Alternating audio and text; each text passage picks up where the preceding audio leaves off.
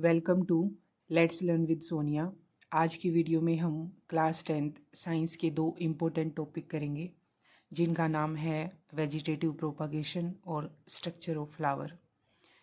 पिछली वीडियो में हमने ए सेक्शुअल मेथड पढ़ा था। ये भी एक ए सेक्शुअल मेथड का ही पार्ट है। इसमें कोई भी गैमेट फॉर्मेशन वगैरह नहीं होता, ना ही फर्टिलाइजेशन ऑफ गैमेट होता है। तो हम स्टेप वाइज पढ़ेंगे इसको। सबसे पहले देखते हैं वेजिटेटिव प्रोपागेशन। वेजिटेटिव प्रोपागेशन क्या होता है? किसी भी नए प्लांट की प्रोडक्शन होना या नए प्लांट का बनना वेजिटेटिव पार्ट से। तो सबसे पहले देखेंगे वेजिटेटिव पार्ट क्या होते हैं। What is vegetative part? देखो भाई,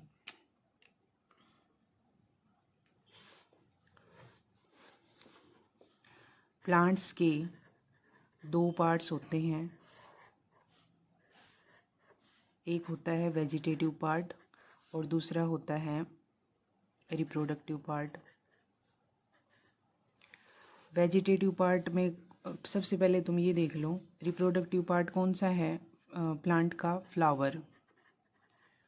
फ्लावर को ही क्यों बोला? क्योंकि इसमें होते हैं मेल और फीमेल पार्ट।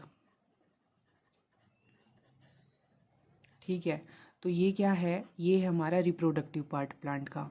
तो जो दूसरा पार्ट बच गया वो क्या है? इसको छोड़ के जितने भी पार्ट्स बच गए वो आते हैं वेजिटेटिव पार्ट में, जैसे कि स्टेम, लीव्स, रूट। ठीक है, ये क्या हैं? प्लांट्स के वेजिटेटिव पार्ट। अगर इनसे कोई नया प्लांट ओरिजिनेट हो रहा है, नया प्लांट बन रहा है, तो उसको बोलते हैं हम वेजिटेटिव प्रोपागेशन। ठीक है, इसमें कोई भी, जैसे हम आगे रिप्रोडक्शन पढ़ेंगे प्लांट्स में सेक्सुअली, तो उसमें तो हमारा सिर्फ फ्लावर का मेन रोल है क्योंकि उसी के अंदर मेल और फीमेल पार्ट होते हैं। लेकिन जो वेजिटेटिव पार्ट है इसमें सिर्फ जो इनको छोड़ के जितने भी पार्ट्स बच गए इनसे एक नया प्लांट ओरिजिनेट हो रहा है। और ये एक ए सेक्शुअल मेथड का पार्ट है। इसको ए सेक्शुअल रिप्रोडक्शन भी आप बोल सकते हो। ठीक है, तो आई थिंक वेजिटेटिव क्या पार्ट क्या होते हैं वो समझ में आ गया होगा आपको। दूसरा है अब इसके वेजिटेटिव प्रोपागेशन के टाइप्स। टाइप्स में क्या होगा? ये हो सकता है नेचुरली भी और हम इसको आर्टिफिशियली भी करा सकते हैं।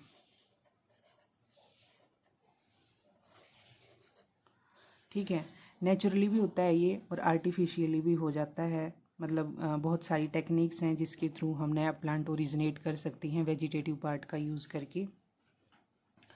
तो सबसे पहले हम नेचुरली देखेंगे। नेचुरली में आपने कुछ एग्जांपल, जैसे अभी ये ध्यान रखना कि कौन कौन से पार्ट से ओरिजिनेट हो रहा है, जैसे स्टेम, रूट और लीव से। अगर मैं स्टेम का एग्जांपल लूँ, देखो एनसीईआरटी में सिर्फ इसका इतना पोर्शन दिया गया है, इसको ज़्यादा डिटेल्स में नहीं बताया गया, लेकिन ये बहुत इम्पोर्टेंट है आगे की क्लासेस के लिए भी और वैसे भी। तो इसको थोड़ा डिटेल में पढ़ना। अब नेचुरली कैसे होता है? जैसे पोटैटो में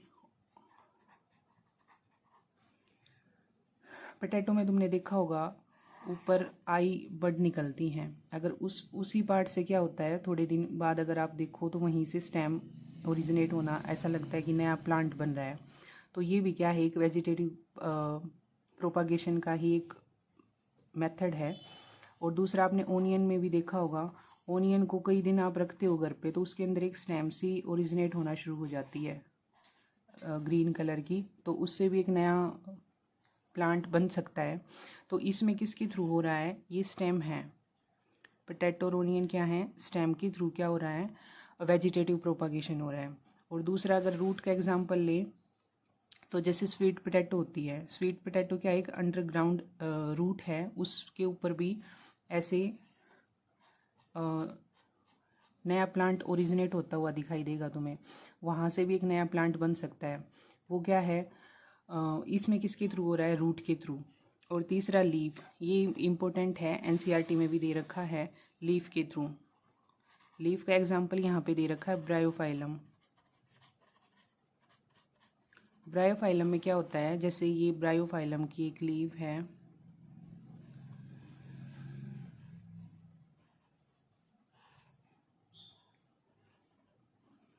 देखना अपने आसपास। ब्रायोफाइलम को पत्थरचट भी बोलते हैं। यहाँ पे इस लीफ के ऊपर नोचेस प्रेजेंट होते हैं, ठीक है। और नोचेस के ऊपर भी आप देखोगे छोटी छोटी है ना लीफ दिखेंगी तुम्हें। वो लीफ क्या करेंगी, डी अटैच होगी इस पार्ट से नीचे अगर सोइल में गिरेंगी तो उससे एक नया प्लांट ओरिजिनेट हो जाता है, ठीक है। यहाँ पे फोटो भी है, दे रखी है एनसीईआरटी में, ये वाली। जैसे ये जो इसकी लीफ की मार्जिन है, इसके ऊपर छोटी छोटी लीफ बड निकलनी शुरू हो जाएंगी और कुछ टाइम के बाद ये डी अटैच होके सॉइल के अंदर गिरेंगी और इनको प्रॉपर एनवायरनमेंट कंडीशन मिलेंगी तो ये एक नए ब्रायोफाइलम में ओरिजिनेट हो जाएंगी, ठीक है। ये कैसा था, ये नेचुरली प्रोसेस है, इसमें हमने कुछ नहीं किया, अपने आप एक नया प्लांट ओरिजिनेट हो रहा है। जैसे पोटैटो और ओनियन में स्टेम से हुआ और स्वीट पोटैटो में रूट से हुआ और ब्रायोफाइलम में किससे हुआ, लीफ से, ठीक है। ये थे नेचुरली प्रोसेस। अब दूसरे आते हैं हमारे आर्टिफिशियली। आजकल बहुत जो है नए नए प्लांट ओरिजिनेट करे जा रहे हैं वेजिटेटिव पार्ट से, वेजिटेटिव प्रोपागेशन के थ्रू, और ये बहुत ही एक अच्छी टेक्निक है, एडवांटेज भी बहुत हैं इसकी। अब इसमें एनसीईआरटी में सिर्फ नाम दिए गए हैं। आर्टिफिशियली कैसे ग्रो करा सकते हो आप, पहला मेथड है उसमें कटिंग।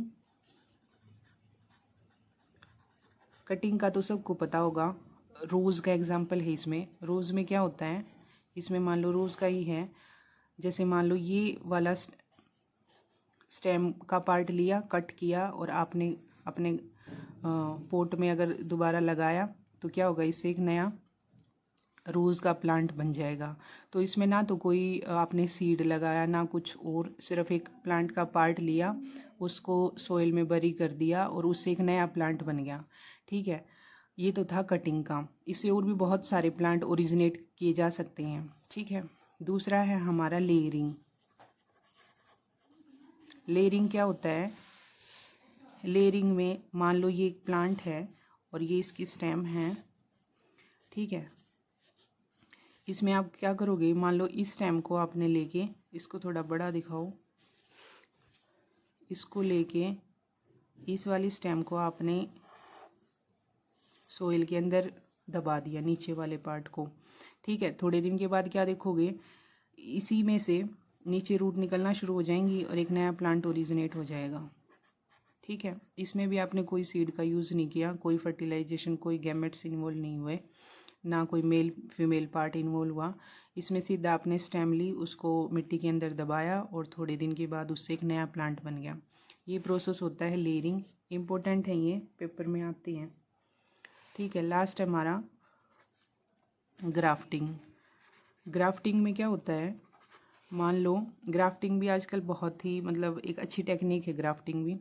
मान लो ये कोई एक प्लांट है, इसकी यहाँ से स्टेम कट की, ये इतना रह गया, और कोई दूसरा प्लांट है उसकी स्टेम को भी कट करके लेके आए और यहाँ पे उसको पेस्ट कर दिया, ऐसे बाइंड कर दिया। थोड़े दिन के बाद ये सेल डिवाइड करेंगी, कैम्बियम बन जाएगी और एक नया प्लांट जो लेके आए हो ना, ये वाला यहाँ से डेवलप होना शुरू होगा। मान लो ये ख़राब वैरायटी थी, या तुम ये समझ लो कि दोनों आम के हैं और इस पे जो है अच्छे मीठे आम नहीं लगते और इस पे लगते हैं, तो आप इसका पार्ट कट करके इस पे लगाओगे ना, तो जो नई फ्रूट्स बनेंगे वो बिल्कुल मीठे बनेंगे इस वाले, ठीक है। अच्छी टेक्निक है ये भी ग्राफ्टिंग के थ्रू। इसमें भी कोई सीड वगैरह आपने नहीं लगाया, कोई टाइम नहीं लगा, सिर्फ आपने स्टेम कट की, उसके ऊपर लगाया, बाइंड की और वो ग्रो करना शुरू कर देती हैं, ठीक है। ये 3 मेथड इम्पोर्टेंट है, कटिंग, लेयरिंग और ग्राफ्टिंग। लास्ट है हमारा, अब आजकल एक बहुत इम्पोर्टेंट है भैया, आगे की क्लासेस में भी आता है, टिश्यू कल्चर। टिश्यू कल्चर, इसमें क्या होता है, मान लो कोई भी एक प्लांट है, उसका छोटा सा पार्ट लिया, मान लो एक सेल ली, छोटा सा टिश्यू लिया, उसको टेस्ट ट्यूब के अंदर, लैब्स के अंदर ग्रो कराए जाते हैं ये प्लांट्स, उसको यहाँ पे लगा दिया और इस टेस्ट ट्यूब के अंदर सारे उसके हार्मोन्स हैं, सारे न्यूट्रिएंट्स वगैरह यहाँ पे अवेलेबल कराए जाते हैं। कुछ टाइम के बाद क्या होगा, ये ग्रो करना शुरू कर देगा ये, ठीक है। तो इससे भी क्या हुआ, एक छोटे से टिश्यू से हमने, और ये ना एक टाइम पे बहुत सारे प्लांट्स हम ओरिजिनेट कर सकते हैं इसके थ्रू, ठीक है। तो अभी जो ये आर्टिफिशियली प्रोसेस था, इसमें हमने 4 पढ़ लिए, कटिंग, लेयरिंग, ग्राफ्टिंग और टिश्यू कल्चर। इसमें क्या हुआ, अब आपने देखा कि कोई भी नया प्लांट सीड वगैरह नहीं लगाया, सिर्फ किसी भी प्लांट पार्ट से आपने एक नया प्लांट ओरिजिनेट कर दिया। ठीक है, तो ये थे हमारे वेजिटेटिव प्रोपागेशन के 2 टाइप्स। नेचुरली भी हो सकता है ये और आर्टिफिशियली भी हो सकता है। ठीक है, अब बात करते हैं इसकी एडवांटेज की। ये इम्पोर्टेंट है, ये हम जो कर रहे हैं इसकी एडवांटेज क्या है। देखो, सबसे पहली बात तो ये एक फास्टेस्ट मेथड है। ठीक है, फास्टेस्ट मेथड है, इसको एक रैपिड प्रोसेस बोल सकते हो आप। मतलब एक कम टाइम में आप बहुत सारे प्लांट बना सकते हो। जैसे हम सीड लगाते हैं, उसमें टाइम लगता है, सीड लगाओगे, उसको एक प्रॉपर एनवायरनमेंट दोगे तब वो ग्रो करेगा। इसमें तो हमने कोई भी प्लांट पार्ट लिया, उसको कट किया, ये डिफरेंट मेथड से ग्रो करा दिया। जैसे टिश्यू कल्चर जो है वो बहुत आजकल बहुत अच्छी टेक्निक है, वो बहुत सारे प्लांट्स कम टाइम में हम उगा सकते हैं। ठीक है, तो सबसे पहले तो इसका यही है कि एक बहुत फास्टेस्ट मेथड है और बहुत ही टाइम कंज्यूमिंग नहीं है। ये बहुत ही शॉर्ट पीरियड में आप बहुत सारे प्लांट को ग्रो करा सकते हो। और दूसरा क्या है, जो वेजिटेटिव प्रोपागेशन से हम प्लांट ग्रो कराते हैं उनमें फ्लावर और फ्रूट बहुत जल्दी आते हैं। जितना हम सीड को ग्रो करा के कराते हैं ना, उनसे ये कम टाइम लेते हैं और जल्दी उन प्लांट्स के ऊपर फ्लावर आते हैं। तीसरा ये है, जो इससे आगे आप जितने भी प्लांट ग्रो कराओगे वो जेनेटिकली सिमिलर होते हैं। जो भी आपने वेरिएंट या जो भी स्पीसीज आपने ग्रो कराई है वो बिल्कुल जेनेटिकली सिमिलर होगी अपने जो पेरेंट प्लांट था उसके।